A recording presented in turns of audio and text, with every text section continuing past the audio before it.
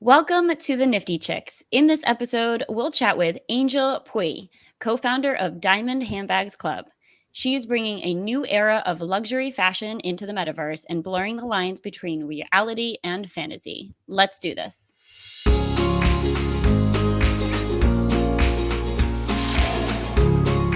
Welcome to the Nifty Chicks. Hi, Mindy So. How are you? Hi, NFT. I'm good. How are you? I am good. I'm really excited for this episode. I am obsessing with the vision of Diamond Handbags Club. I'm so excited. I know, me too. I truly am I can't wait to get my hands on these things when they come out. I think what Angel and the Diamond Handbag Club team are doing it's just groundbreaking. Mm-hmm. And I'm really even more excited for once they are able to make the two spaces collide between the virtual world and reality and bring the handbags to life. And then we can, go out in New York City and take our cool little diamond handbag with us. Yeah. It's so cool that they've like you just said, blurred the lines between reality and the metaverse. I mean, we're going to be able to literally wear and rock the bag that we have in real life and in the metaverse. Right. So cool. It's so cool. It's so Yeah. cool. So I say we jump right into the interview with Angel and hear what she has to say about the future. Let's do it. All right. Welcome to the Nifty Chicks. I am so excited to have Angel Pui with us here today to talk about her journey in Web3 and her new project, Diamond Handbag. I recently, we started talking, I think it's been a couple months ago now that we first connected, and we jumped on a call and she kind of gave me a background of what the Diamond Handbag Club looks like and what it's going to be. So welcome to the show, Angel. Thanks for having me. Yeah, tell us a little bit more about you and how you got started in this crazy Web3 and NFT world. Yeah, thanks for having me. I actually graduated fashion design many years ago. And then after that, I was sewing wedding dresses. That's the only job I could get after my degree, because I came back from London to Vancouver, and Vancouver is not known for our fashion. I'm just wearing a t-shirt and the only job I could get was Aritzia and Lululemon as a pattern maker. So I was like, no, thank you. And so I was sewing wedding dresses, literally in the back for the brides who want their dream dress. And I knew, I got to be doing something more than this. And so I ended up moving down to Silicon Valley and created an Airbnb for weddings. And I ran that for 7 years. It was VC backed. And I all of a sudden became a startup tech founder. And then it went from 1 startup to 2 startup and 3 startup. And I moved back to Canada, had 2 kids, and my husband and I said, all right, let's take a break. So after our second startup, we said, we got 2 babies and they were 1.5 years apart. I was just cooked and done. And as I was, breastfeeding my baby at nighttime, I was always on IG. I was going into this escape, life would be so nice if I was on a boat, south of France, on a yacht, living the life of a 20-year-old. And that's when I remember telling my husband, next one, it's all about lifestyle. And, I want to live this life. And I don't quite want to be an influencer, but I want to innovate in the luxury fashion. So then I started collecting some Birkins and Chanel flap as a way to diversify our cash too. Like, what am I going to do now that we sold our company? So I started looking into these handbags as an investment. When I buy the Birkin, which is retail price at $10,000, it's worth $25,000. It was fascinating to me. Like, how can something that I buy and use, which I always thought it would just lose its value, is worth way more. So And I came from a supply and demand space by having done these two-sided marketplaces. I was like, this is fascinating. A used item is worth more than its retail value. There's money to be had here. So for 2 years, I just nerded out in floor prices of Birkin, I guess. We don't call it that in the real world market, but we call it that in Web3. Anyway, so I started pumping out, reports and analysis only for my own use at first. And then my friends started to quickly go, can you share with me how much the Birkin 25 black and gold is worth today? Because I'm about to buy one. So all of a sudden it turned into a blog. Next thing you know, there's a community of 10,000 women reading my blog. And then there's a color visualizer for people to change their color to see which bag they should have. And then that's where I met my co-founder, Tiffany Black, who was the head of product at Pinterest. And her and I actually met over one of the bags. And then she was as fascinated by all these reports that I've done as well. And then she said, you need to get into Web3. Your brain, your thought, your mind is perfect for Web3. You're both creative and analytical, which is what Web3 is all about, right? Sure. So then I started going, oh, what the heck is Web3 though? Like, I am trading real bag. When you're telling me there are bags that are not real. And she's like, no. So at first we were talking about Web3 in a way to authenticate the bags, right? Because I thought it was all about, the non-fungible part of a bag, which means it's no longer counterfeit. And she was like, hang on. That's problem, cannot be solved by two ladies in the basement. What if we were to create a brand new category? That could be done by two ladies in the basement, apparently. What if we were to create a whole new NFT line of handbags for ladies? Because she was showing me all these NFT projects and I was looking to buy into it. That was my tuition to learn NFT. She's like, buy a few NFT, get into the Discord. That's how you learn. So as I was getting into it, I thought, man, I don't like these things though. Like, I don't like this flying frog and this, I like handbags. I like, girly stuff. And so we started to notice a market. What if there was a non-PFP NFT project that steered toward what women already loves, a object of desire. And of course, we also quickly found out that there weren't a lot of women in this space yet. So as we were opening our Discord, doing polls on Twitter, 60% would be men. And we're like, hang on a second. We're making handbags, and yet it's still mostly men here. What's going on? So anyways, yeah, that's how, it was a long answer for you, but that's how I got into NFT and the pain that we were experiencing, and we were motivated to create a new drop that was everything but the way it's currently done.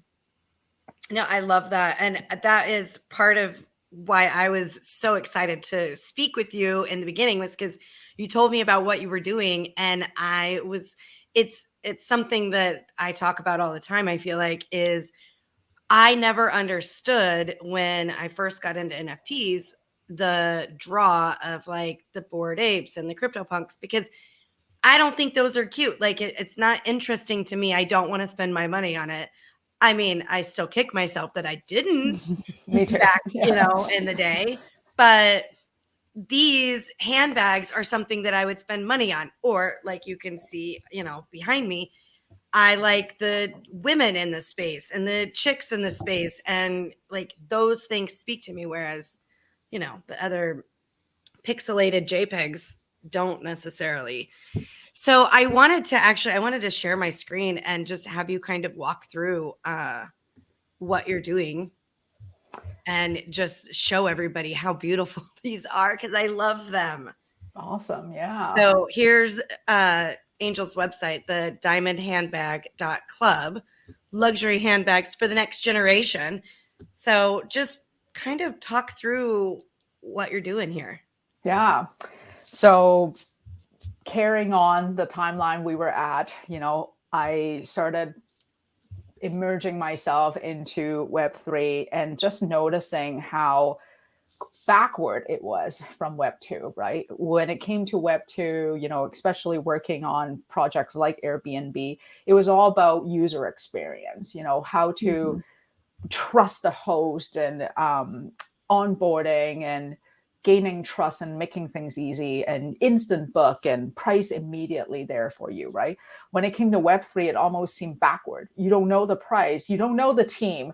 You don't know the mint day. You have to do a bunch of volunteer work to maybe get a chance to buy, right? So it was just upside down, which I thought was fascinating because it was very, it was like the Birkin and Chanel flap. You also don't know when the new collection is dropping. There are only rumors on Facebook. You don't know the prices of the bag. Everyone's guessing. And you certainly couldn't walk in and just buy a bag and walk out. So I started to really see the resemblance. I was like, hang on, the luxury market is actually really similar to the Web3 market. It's all about scarcity. It's all about just out of reach, hard to get. You can't get this. Someone else has this. You now want it. FOMO galore, open seer, here I come, secondary market. So when I started to see those two pieces together, I thought, this is perfect for introducing the luxury collectible into the Web3 space, because all of these target audience actually think really alike. It's the same shopping behavior. And then we were starting to think, like we were talking about, how we could innovate. What if you could customize your own bag? What if you don't just receive an NFT that's just given to you? So our V1, which is not on the website, but just want to give a little bit more context, it's a customizable drop. You can, mix and match this handle. This is actually our 2D version of our first version that I think I showed you, Erin. Back in the day, we were thinking, the banana handle, you could choose the body of the bag, you could choose a charm, and you can actually make the bag. And that was our first tech. Like, what if we turn Web3's, upside down, where you didn't just receive the PFP? But then as we were launching and getting to know people in the space, we started to hear from these degen influencer friends of ours, Richard and Kenshi and a few others in Vancouver, Mac. We got tons of great advisor here in Vancouver because they co-founded Dapper Labs and CryptoKitties, and they know everything about NFT. And their advice to me was actually, I have increased value for the user, which is what I know to do in Web 2. But when it comes to Web 3, it's all about the project and its value. And when user can customize their own NFT, we actually decrease the value for the project, because there's no longer this known rarity ratio that people can study, and who knows what bag are being created, right? And so that was our first key feedback that we heard, that while we like scarcity, we also like a really rare one that you have designed for us rather than, user generated. So we took the feedback, and that's where V2 came from. We started to craft these 3D handbags that are much more, it's something you can bring to metaverse, much more future proof, right? Whereas the 2D one, it was hot for the PFP era, but now, not anymore. So then we quickly pivoted to a 3D line that was not only ultra realistic, but also fantastical. And also we are now taking the feedback of the degens, no longer customizable, but you're able to take this stunning piece of art, and this is your ultra rare one-of-one handbag. So this is our new version. That's amazing. I love so that. We essentially can, have these in the metaverse, right? Is that the vision of the future of like, as I walk around, I have my outfit, I've got my avatar, and I'm walking around and I've got my handbag on me, right? Exactly. Where Erin has it at the screenshot is a partnership we did at Decentraland Metaverse Fashion Week. Gossip Girl were our motto, because obviously our bags does not walk itself. Right. And you could see how the Gossip Gals are holding our Himalayan banana bag and the dragon bag there. Yeah, so we actually produced those for Decentraland already, and they're available at the marketplace. I love that. I think there's I was talking with a friend of mine. It's like, clothing and fashion have become such a staple of our society, and like you can't help but walk into someone and be like, oh my gosh, I love your shirt, or I love your necklace, or I love your bag. It's like it becomes a talking point and almost like an icebreaker, I feel like, in real life. And I can't see a world where that's not going to happen in the metaverse, where you walk up to someone, you say, oh my gosh, I love your bag, tell me about it, and then they share, oh, I got, this is my custom one, this is my, one of one, or whatnot. I think it's I think you're really tuning into something that I've been saying for months now. Like, it's definitely got to be there. It's so here that it's got to be there too. Exactly. And in addition to that, not only are you expressing yourself both in real life and in the metaverse and social media even, right?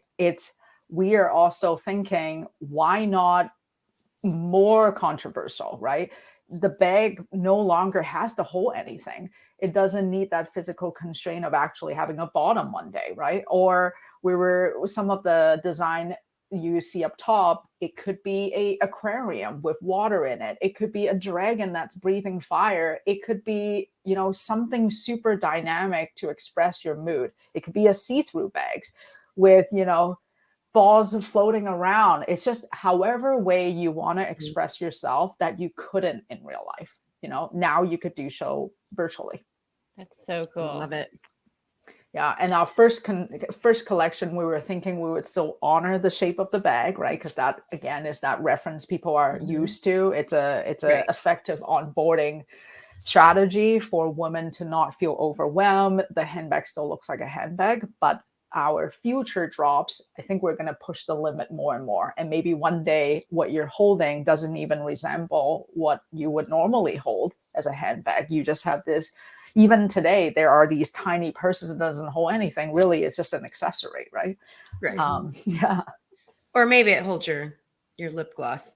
That's it. Yeah. Credit card. Right.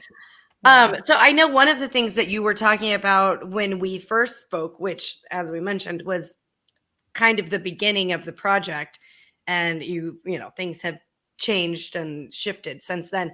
But we were talking about possibly having a physical twin to the digital handbag. Is that still a thought, or has that absolutely?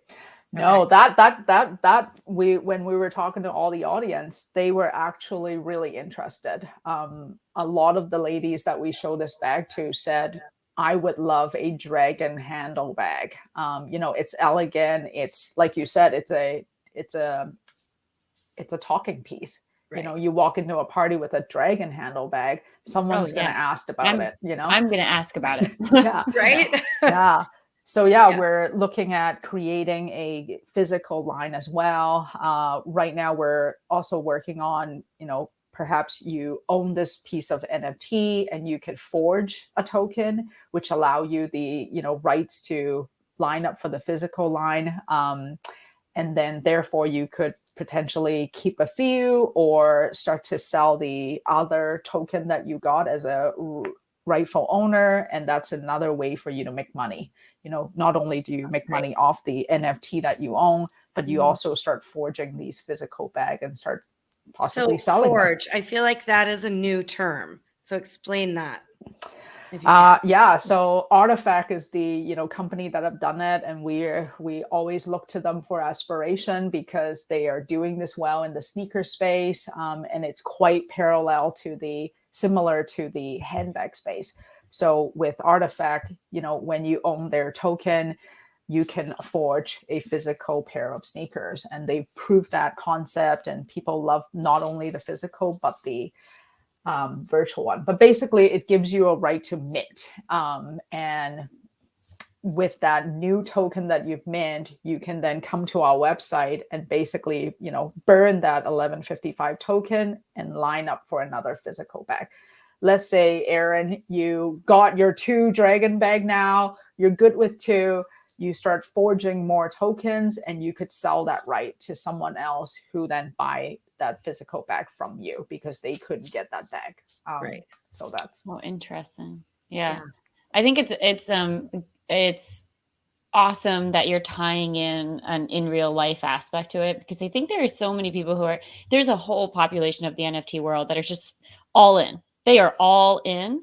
And then there's a lot of us who are like, I'm in, but I also am out. Like there's a real life that I have. I have family, I have obligations in real life. I'm not going to go jump into the metaverse 24/7. And so what you're doing is you're basically appealing to both of those aspects, where you have the digital world, you have the digital bag, but you also get to the comfort of what we all know and love, which is in real life, real, experiences, and taking that bag into, social scenes that we're going to be, engaging with, right? We're going to be heading to NFT NYC. Like that isn't in person. We're going to be talking a lot about the digital world, but that is still in person. There's still a lot of in-person aspects of life. And so I think it's really cool that you've got both sides of that too. Yeah. And we also want to empower women to get into Web3, right? So their current reference point is in real life. They are hang out on social media, on IG, TikTok, but they're still capturing footage of in real life. They might be mixing in a little AR and VR, and maybe, the bag is actually digital, but it is still South of France that she's in, right? So I think this is our strategy of onboarding her from where she's comfortable. She could use it on IG. First of all, she can claim out AR filter for IG. First, she could I can now take it to IG and pose with a virtual bag. And yes, the dragon starts breathing fire. Someone go, is that a real bag? What is it? And then she goes, oh, it's actually a virtual filter that I'm using. Everything else is real. The bag is more than real. and then she now forged a physical bag that she could walk around with, and now she understands how to burn a token, how to forge a token, what is a token. But then we're incentivizing her with something she loves. But I will learn all the token and burning because I really want this handbag, right? So I think by step from where she's comfortable to, okay, I'll figure out the token. Okay, I'll figure out how to burn it because I want the handbag. We just keep bringing her back. And I think that might be a great way to get more women involved. Well, and I think just especially once you have the physical piece, I mean, these are 100% talking points.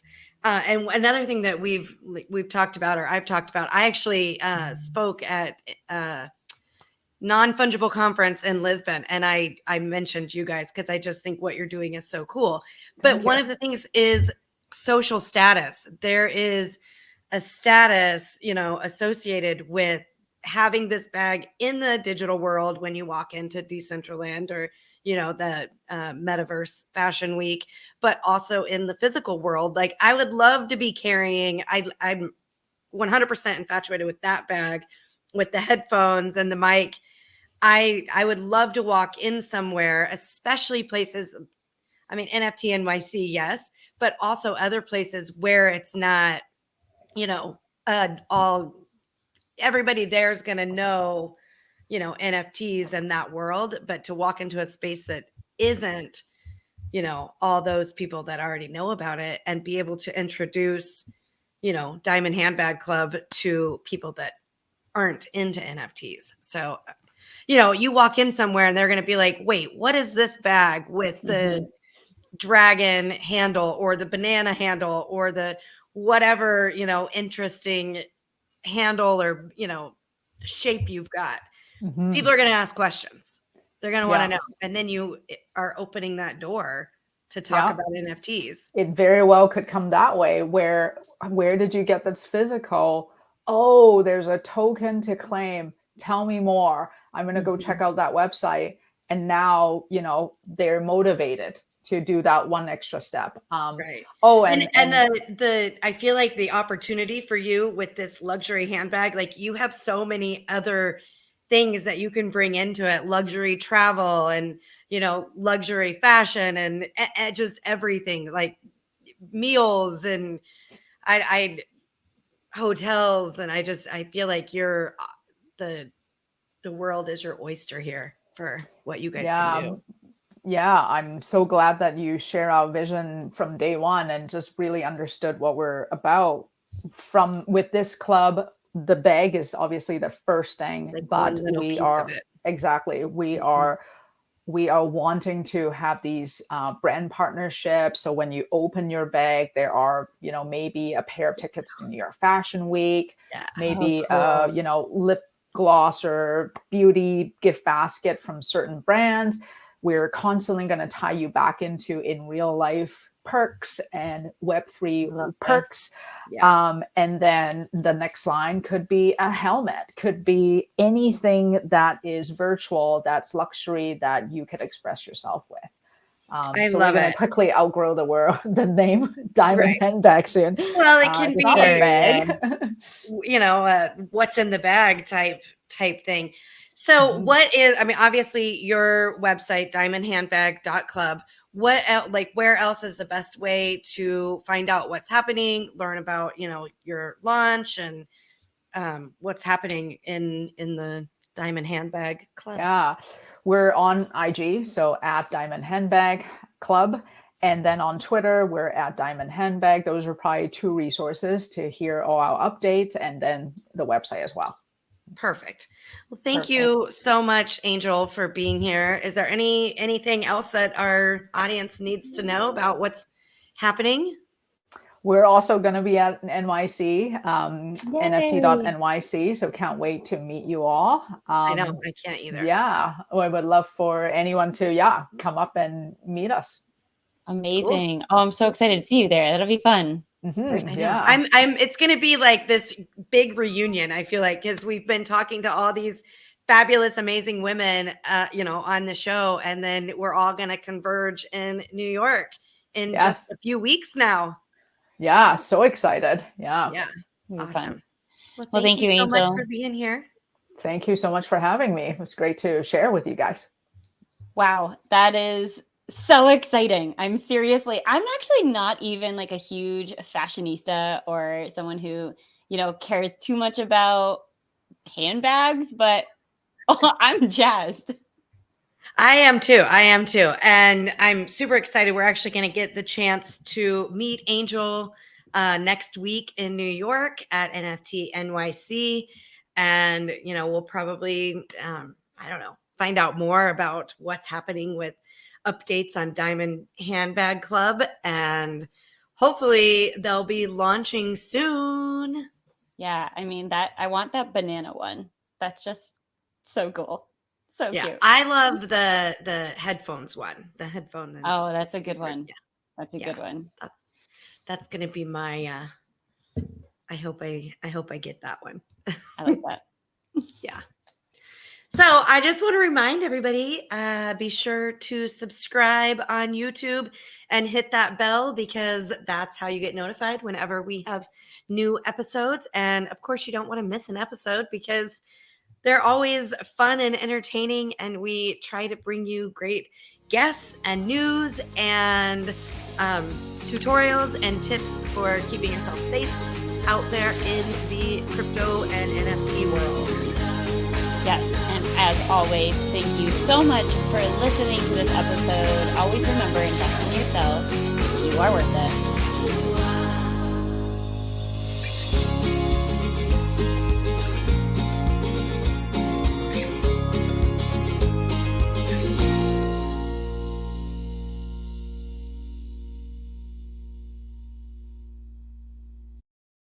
Disclaimer.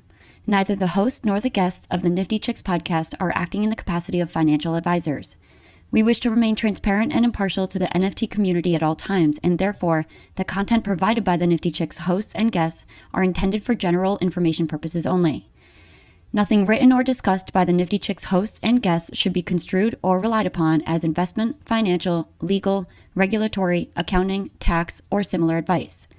Nothing should be interpreted as a solicitation to invest in any cryptocurrency or NFT, and nothing herein should be construed as a recommendation to engage in any investment strategy or transaction.